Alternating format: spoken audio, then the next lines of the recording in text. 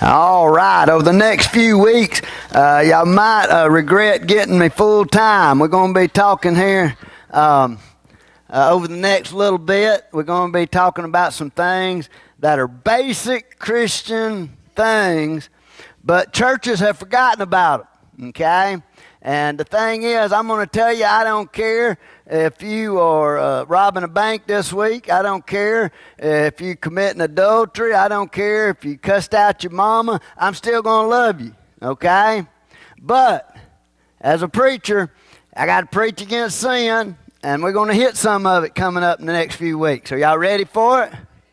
I recorded that. I'm going to make sure y'all said that. Now, we're going to have some fun. We're going to be talking about salt and light, okay?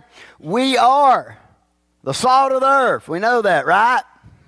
But I'm going to tell you, the church has lost its savor, okay? We are the light of the world. And I'm going to tell you, we're pretty dim right now. I'm going to tell you what's bright. The homosexual agenda is bright right now in our culture. I'm going to tell you there are some prevalent things in our culture that is against the Word of God. Now I'm going to tell you, we have not done well on loving sinners. Let me say that right off the bat.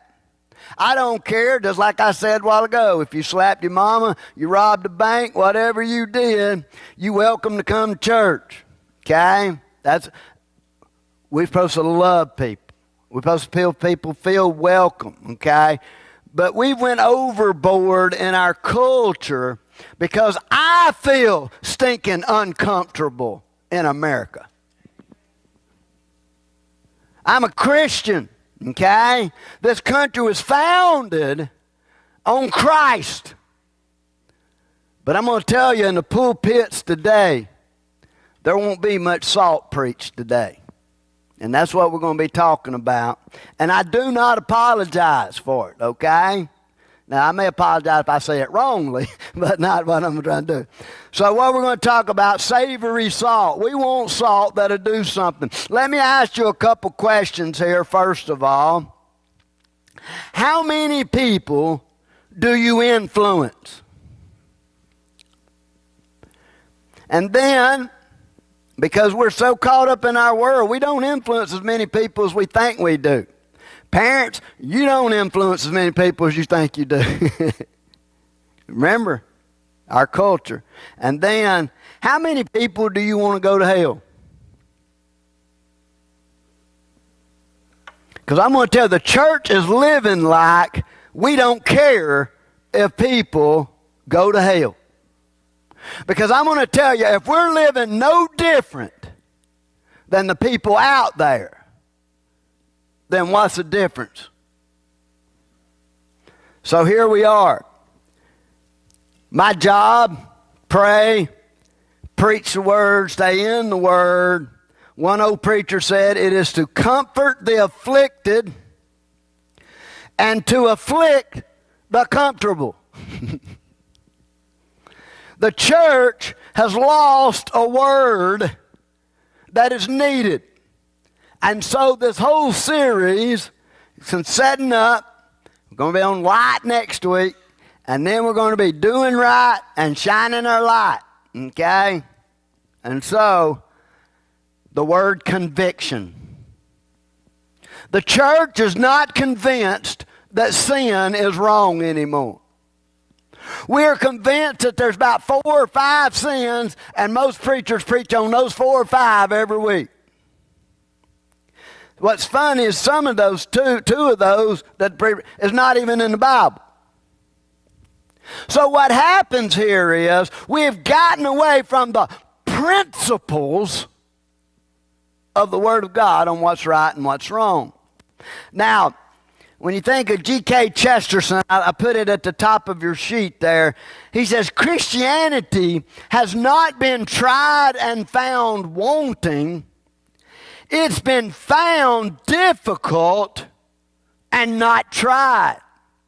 Most people in church today, us included, have quit the gospel. We still sing the songs. We still go to church. but there's no gospel in our life. And so how do we get that back? Let's go back to the words of Jesus in Matthew 5:13 that we will emphasize today. You, not the preacher, not the politicians, okay?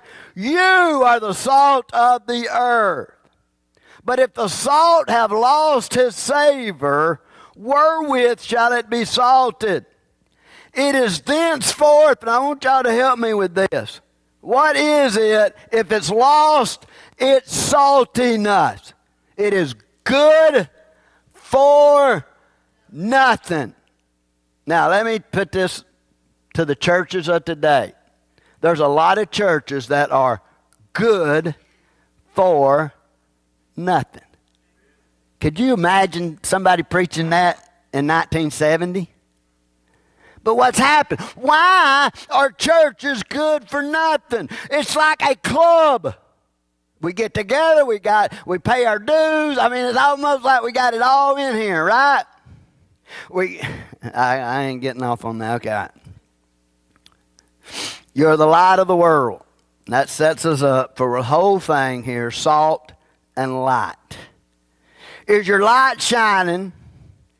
And is your salt creating a thirst for God for the people you're around? Now let me ask another question. Do you believe your belief will be affected? If you believe, your belief will affect your behavior. I believe that. Okay? So I'm going to show you, and at the end, I'm going to show you some recent Gallup poll facts. And let me just go ahead and tell you the rest of the story at the beginning. The church's statistics are exactly the same to the world. So is the church making a difference? No. Instead of winning sinners to Christ and people rededicating their lives to the Lord, most churches are, instead of being fishers of men, they have become swappers of the aquarium. Well, I don't like this preacher anymore, I'm going over here. I don't like that person anymore, so I'm going over here. And all people are doing is changing fishing ponds. So let's talk about salt. Sodium chloride. Of course, there's several salts, and we'll talk about some of them. When you mix an acid and a base, they combine to make a salt and water. The average American takes in 3,400 milligrams a day of salt. Y'all know that? Some of you take on twice that, okay? Salt can be used as insecticide. It can kill poison ivy. It's used in cooking and cleaning. It makes chemicals, makes some soaps. It can frost-free windows or defog your windshield on your car. And so it has several uses. To Christians, saltiness varies from person to person. There are some people who are on fire for God with their salt. And there's some people who have a grain of salt. Okay? And so Jesus said that we are the salt of the earth, okay? Now I'm going to tell you, if you go back in the old days, we'll just say I like 1970. That was a good time, man. I was young. I was 7 years old in 1970. So I just like 1970. I usually use that a lot on that. But if you take and you go back to 1970, would you imagine that now that things have changed in the church? Do you think that more people in a bind went to the church? I'm going to tell you now, most people come to the church. They don't come on Sunday. They come during the week and they want money. They want the power bill paid. Okay, I mean, there's people hurting. I'm not saying bad, but I'm just saying, but in the older day, 1970, people showed up at the church. I need to get right with Jesus. I think I'd have a heart attack. Because usually somebody says, preacher, I need to talk to you. Oh, Lord. I mean, is somebody griping fussing, whining, something. I mean, not saying all the time, that's part of the job. But I'm just saying, wouldn't it be awesome if like, preacher, I need to talk to you. I brought my cousin. They out in the car right now, and they want to make sure it's okay with you. They want to get saved. Would it be okay if they come in here? Man, I'm going to tell you, wouldn't that be awesome? Man, there used to be a day where people say, they say, preacher, hey, I got somebody on my heart. You want to go visit them with me? What? Church member? Want to go visit somebody? Why, yes. Let me drop what I'm doing. But that stuff don't happen anymore. See, and so how are people going to, in our family, we just fuss and gripe and whine about sinners, but we don't do anything to change it. So here we are. Salt sets a moral tone when used in the Bible. Yes, it's a preservative quality. It adds flavor to the world. It adds character, and we're going to focus on character in just a minute. But it has lost its savor. It has lost its saltiness. That is like losing your virtue, losing your testimony, and losing who you are. That's your character. How did you lose it? Well, usually we lose the power of salt by contact. Contacting the ground or rain, water, washing. So it becomes useless, okay? And what's bad is bad salt. It may kill the vegetation around where it's at, but you lose your influence. It is good for nothing. I want you to remember that, okay? Because we live in a culture and everything's down and everybody's thinking, I'm not good to anybody. Man, we talking about Naomi today, and she's just whining to her stepdaughters that ain't even Christians. Y'all hear that?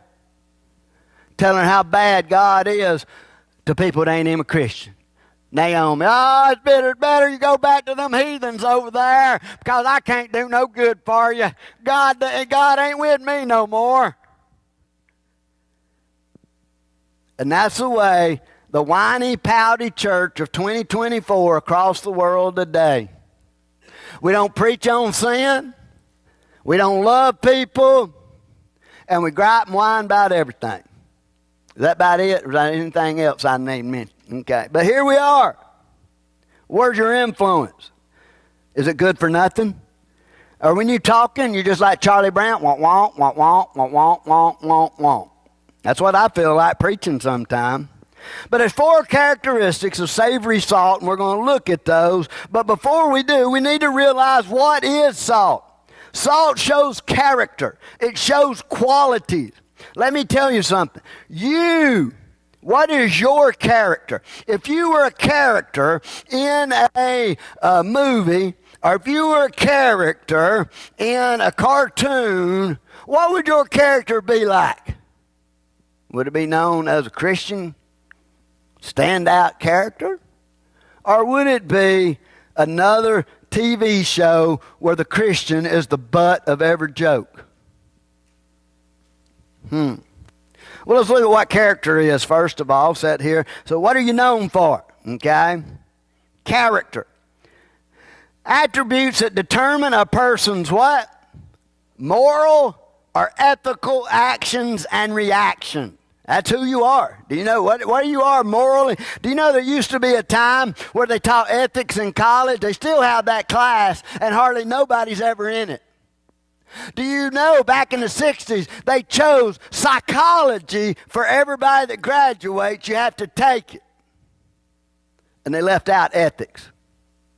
Can you imagine what our country would be like if we had stuck with ethics, what's right, what's wrong, how to do. I mean, even if it's not even from a godly point of view, what's right and what's wrong is still good.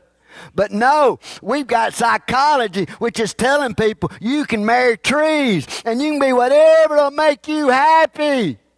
The problem is they're not happy. But we can't even preach against them because the church ain't happy either.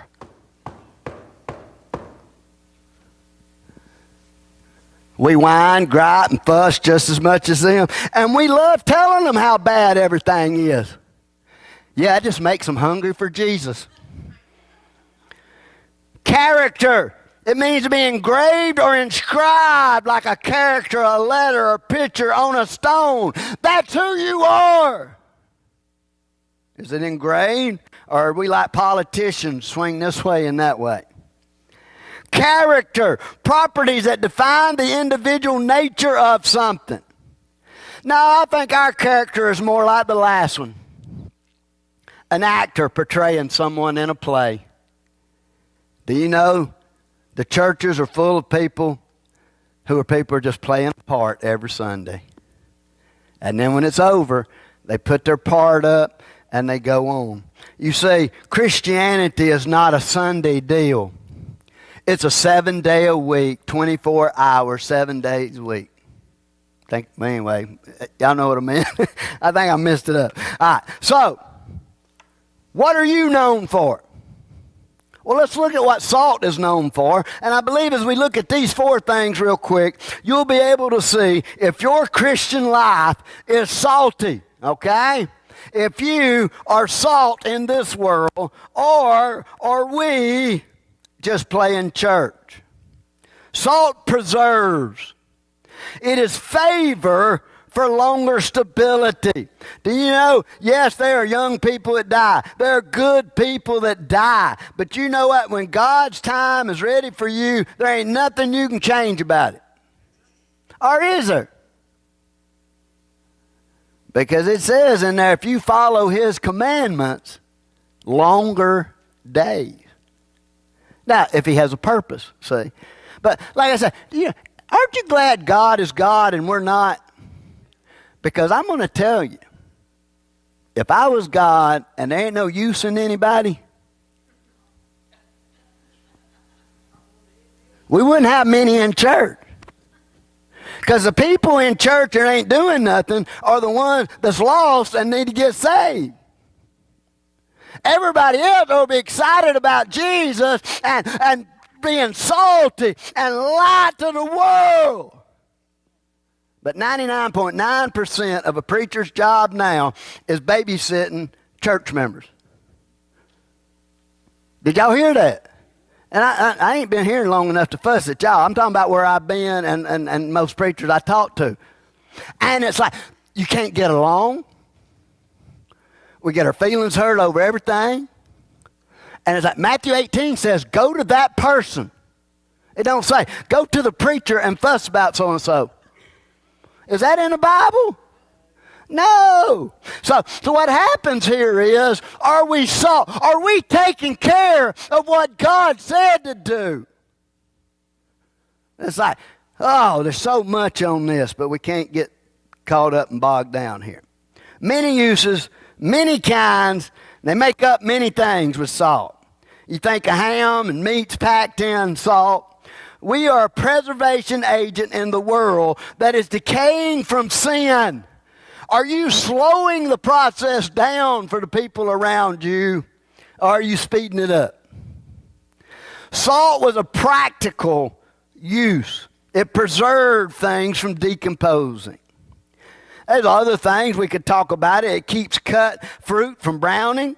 It extends milk past the expiration date. If you put a little bit in it, if you think it looks a little bad, most people don't think to put a little salt in there. There's practical things like that. It's not just meat, but the judgment of God is going to be against this world. Do you know it? Are you preserving this world? This nation. And man, I'm going to tell you what, I'm as conservative as anybody. But I'm going to tell you, Trump's not going to bring revival. Ooh, it got quiet. God is the only one that can bring revival. And it's sad, but it says in the Bible, we get the leaders we deserve. I'm going to tell you, well, I don't know about what, that scares me. A town, Kinston, oh man, Kinston's falling apart. What are we doing about it? Fussing, griping, are good for nothing. Y'all see where we're going? How about the schools, the colleges, the churches? Man, the church, why would I put the church? The family? Whew. In Genesis 19, God said, I'll spare the city, Lot, if you can find 45 righteous people. Did y'all hear that? 45. Y'all know the story. He went out. How about 40? How about 35? 30, 25, 20, 15, 10. Y'all know the story. He destroyed Sodom and Gomorrah. He couldn't even find 10 righteous people. Boy, you know what church could do if 10 people really got on fire for God in a church? I'm not talking about look the part, play the part, acting. I'm talking about your character. Decide, sink, swim, live or die. I'm going to live for Jesus. Not going to have people have to stop behind me and say, well, they're a good person, even though they do this or that. They're a good person. That's what church is full of. Everybody's having to defend one area of our lives almost all the time. And it's like, why can't we just be consistent? Get right with the Lord. He convinces of our sin. Have we repented? And that's what leads us to the second one. Salt purifies. I was thinking, when we were talking about the preserving, and do you know if you buy a new broom, and now you buy brooms, they fall apart all over the place. But if you got a broom, if you soak it in salt water, it'll last longer. Yeah.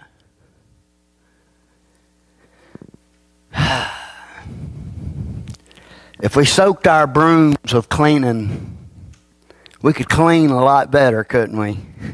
And I'm just going to leave that at that. It purifies.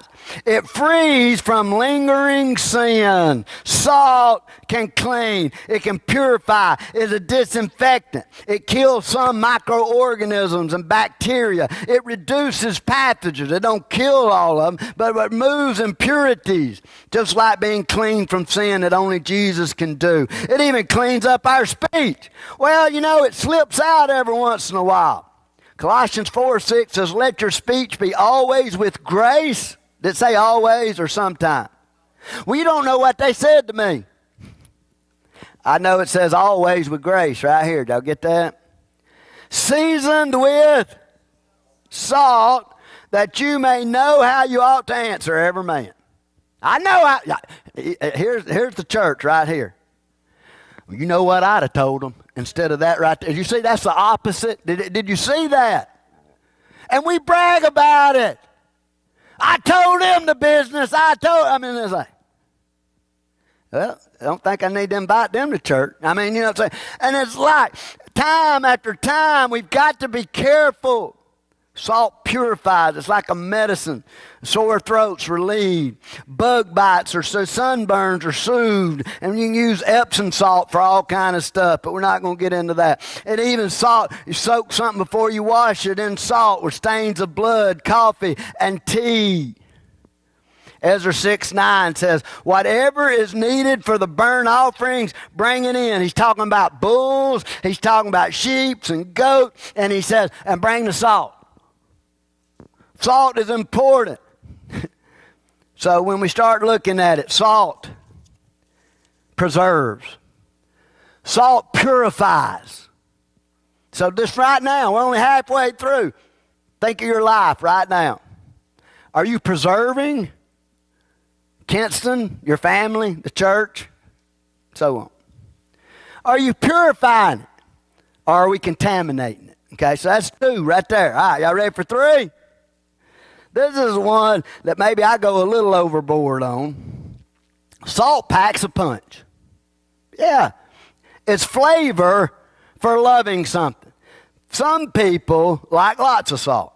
Some people like little bits of salt. Okay? But I'm going to tell you, we're not just seasoning our steak here. We have the Christian life that we must add zest to people's life. Salt is a spice that is used for flavoring. In this context that Jesus spoke to, okay, he's saying you are the salt of the earth. Do you know that most of those people could not afford salt for food? Even though there were some that used it. And so here they are. Poor people, rich people, we should add flavor, okay? Salt is used all through the Bible, all through culture. You'll see that salt is used as a symbol and a sacred sign. A symbol of loyalty, durability, fidelity, purity. It is saying it's something special. Is our church something special? Is your Christian life something special? I do not like generic brand X Christians. That's where you go to a church and they tell you how to do, what you can't do, and it's cookie cutter, go out, cookie cutter, go out, cookie cutter, go out, cookie cutter, go out, cookie cutter, go out, and you're not in the cookie cutter, so you're out. I am me. You can't tell me how to live. And I can't tell you, but I can tell you what the Bible says. You see what I'm saying? You are different. You are not me. All the time. And I know it'll come because I ain't been here long enough yet. But a lot of people come to me and they'll say something, like, if I was you, preacher, I'd do this. And if I'm nice, I'll say, you're not me. Because I'm going to tell you something. You didn't spend all week praying for a bunch of people and sheep running around that need Jesus a little more and sit here with the weight of the world on you. Because I'm going to tell you what, it's not the easiest thing sitting here like this right here. Because I can't go 2 or 3 minutes without worrying about some of y'all. You see what I'm saying? I mean, it's part of being a pastor. It's like you don't forget about your kids, do you? It's hard. And so here's what most people, when they say, well, if I was you, I'd do this. They're usually saying, well, it'd be a lot more convenient for me, preacher, if you'd do this. That's my way.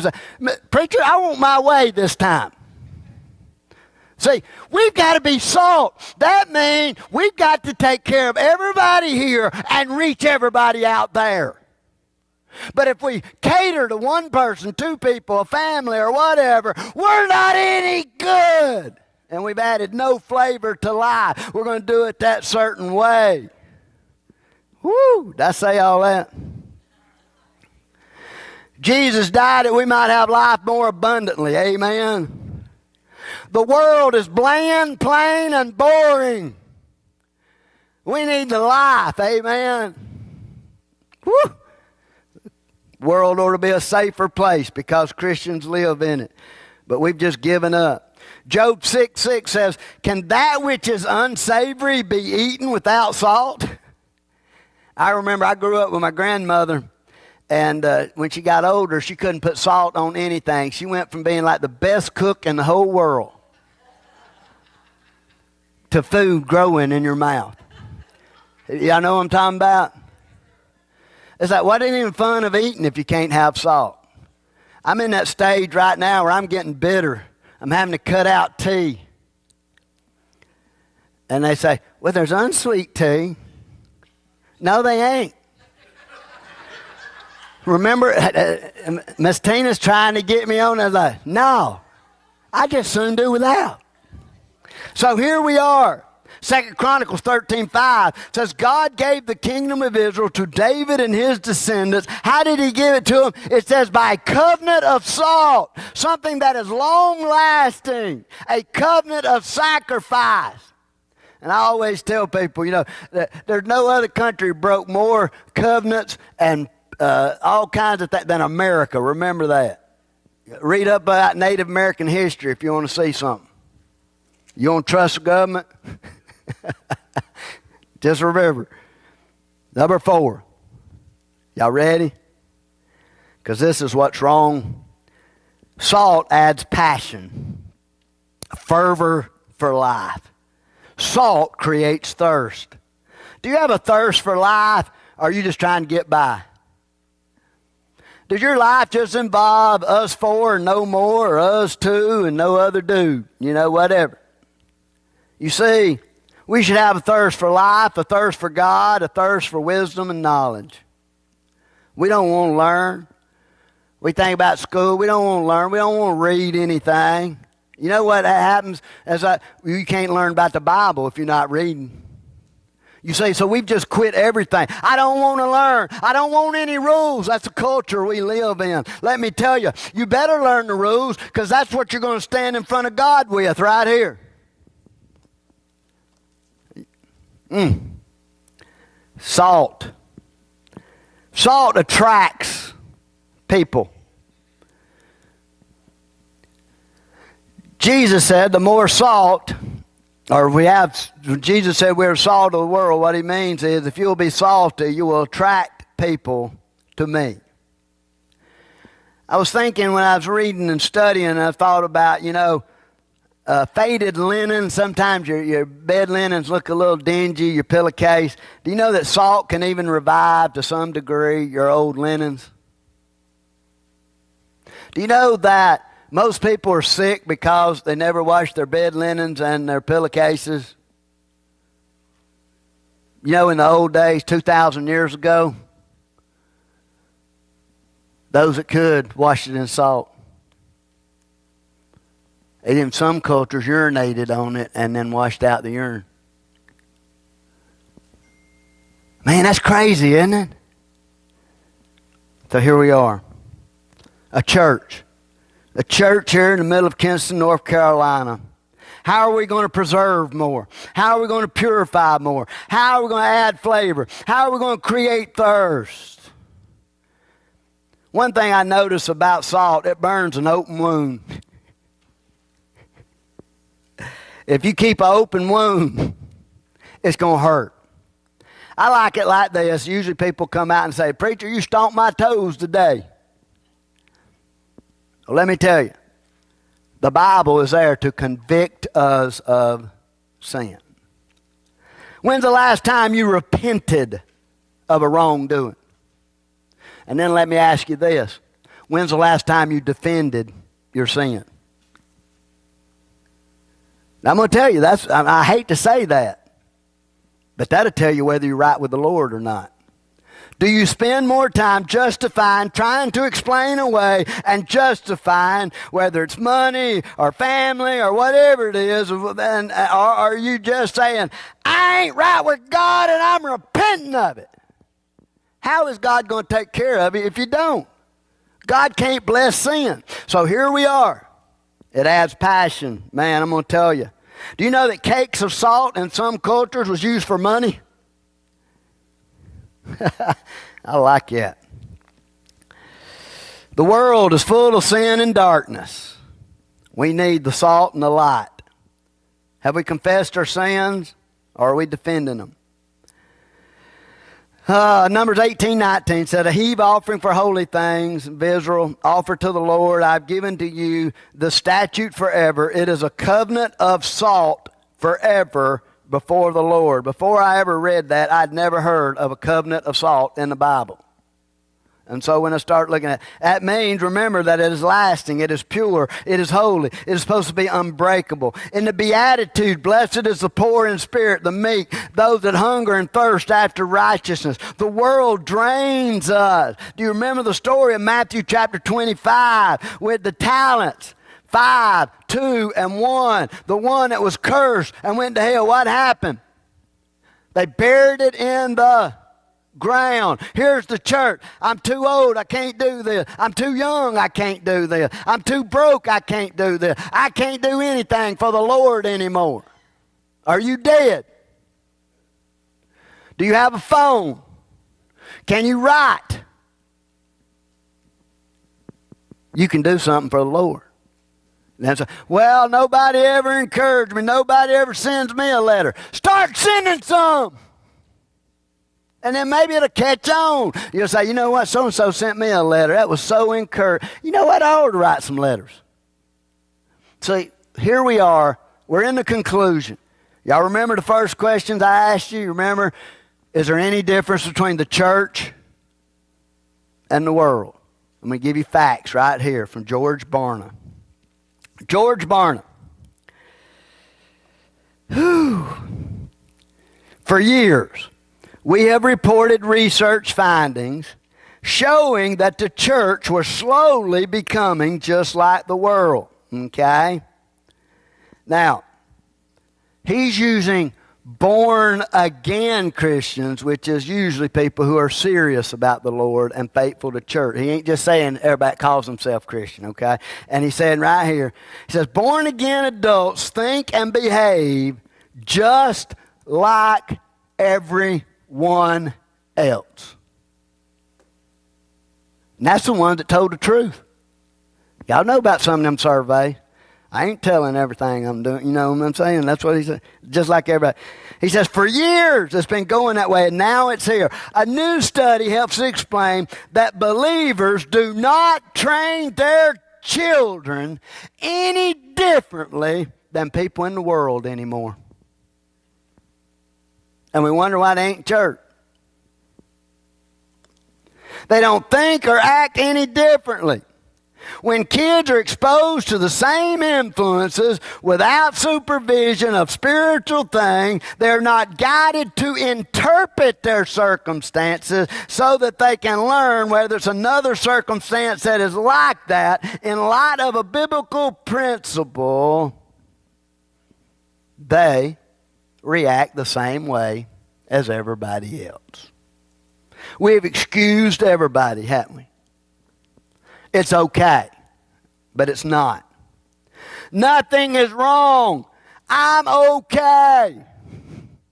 There ain't no person in here is okay. Everybody in here should have prayed more. Y'all should have prayed more for your preacher. If you don't like what I'm preaching, y'all prayed. The Lord would have told me something else to preach on. No, but what happens is, this is a heavy subject, but it's easy. It's cut and it's dry. But we don't like that, do we? The church likes gray. Would you ever think that in 1970? And we fuss about all this stuff over here. No, we need to fuss at ourselves for allowing that kind of mess to come over here. It's our fault. Because Christians haven't stood up for what was right. Christians hadn't done it. So when he starts here and he says this, I want you to listen to this now. It said, it is no wonder that the children and their parents are just as involved in, listen to this list, drugs, gambling, adultery, divorce, cohabitation, drinking, lying, and detrimental behaviors. Now remember, we're to love people that's involved with all that. But the thing is, the church, we've got where people can do anything and feel comfortable even in church. And that's where we get convinced. Conviction is that it's wrong. Are we convinced that it's wrong? No, because we spend time justifying it. Only 3 in 10 born-again parents included the salvation of their child in a list of the most critical parenting emphasis for their children. Did y'all hear that? 3 in 10. If it lists the 10 most important things that you're teaching your children. So listen to this, and then we're done. George Barna found out 44% of people who claim to be Christians, 44% are the only ones that believe in absolute truth. Did you get that? 44% of people who come to church, call themselves Christian, do not believe in absolute truth. They think it's subjective. They think it's how you feel. They think all these things from psychology. Y'all remember that from earlier? Okay. The survey also showed, listen to this, of those 44% of parents that claimed about absolute truth, only 9% of professing born-again teens that claim to know Christ, 9% believed in absolute truth. 44 parents, 9%. What's their children going to do? What's their children going to do? Man, I want to fuss at them because of the way they jack their truck up and light their thing. I want to fuss at them about their britches sagging down their bottom. I want to do a whole bunch of things. But you know, that ain't worth 2 cents. And that's what parents emphasize more than anything. Your pants up. And thank you. But I'm going to tell you what, we better reach that heart. Because did you just see that that is in America? 9%. No wonder you can't preach a sermon. And it's like, man, children don't pay attention. If they ain't on their phone, they can't do nothing. And I know some people have it on their Bible. I use my Bible on it, but I'm going to tell you. But I'm going to tell you what, it's hard not to be distracted when you get Snapchat and Instaface and all that stuff getting on. I mean, and it's like, I'm not that strong.